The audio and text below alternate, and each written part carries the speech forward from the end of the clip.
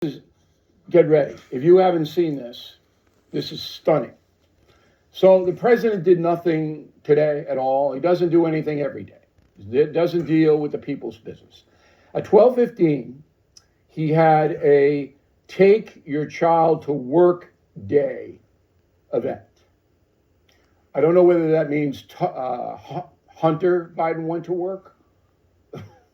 Maybe take your child away to Hunter there. I don't know. I didn't see him. But there are a bunch of kids there. All right, roll the tape. What was the last country you traveled to? The last country I've traveled, I'm thinking what's the last one I was in. I've been to 89, met with 89 heads of state so far. So I'm trying to think, where was the last place I was? It's hard to keep track. Yeah, you're right, Ireland. That's where it was. How did you know that? He didn't remember that just a few days ago, he traveled to Ireland for almost a week.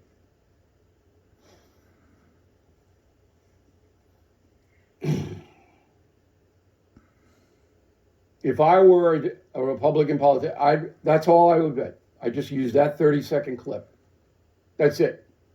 And you come back and you go, this is who you want to go up against Xi and Putin to run the economy? That it? He's impaired. There's no doubt, there's no two sides to the story. He's delusional, he's impaired, he can't run the country. It's like taking the car keys away from an elderly parent. I had to do that with my mother.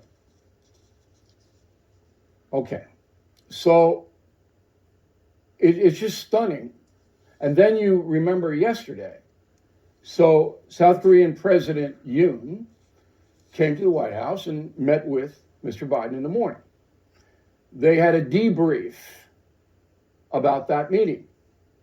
And as we reported yesterday and showed you, and we'll show you again, all right, Biden had to use a prompt to tell reporters what he said to Yoon and vice versa. He had to read it.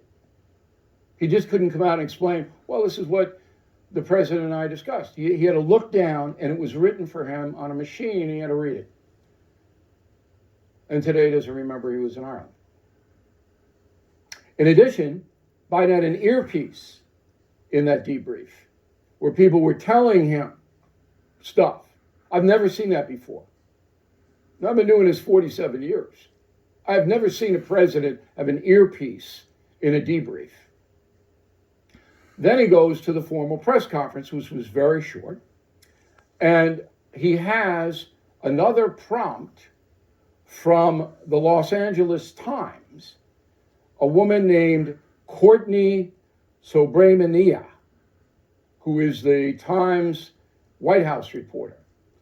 He has in his hand what Courtney's question is going to be and her picture. So he can call on her and already have a rehearsed answer. Now that is against every journalism rule in the world. So we called the Los Angeles Times and politely said, you got a comment on this? And the woman, Hillary Manning, Vice President of Communications, LA Times, said, our reporter did not submit any questions in advance. Well, then how did Biden have the question on a sheet? How? It's impossible. What, is he Miss Cleo? Is he a psychic now? He's got the woman's picture and her question on a sheet, calls on her, she asks the exact same question that's on the sheet. LA Times. Now, if you know anything about that newspaper, you know it's in the tank. It's a horrible piece of garbage. And it used to be one of the best newspapers in the world. This is just stunning. And then the spokesperson, as I said, no, we didn't get it. Well, then how did he get it? Was it magic?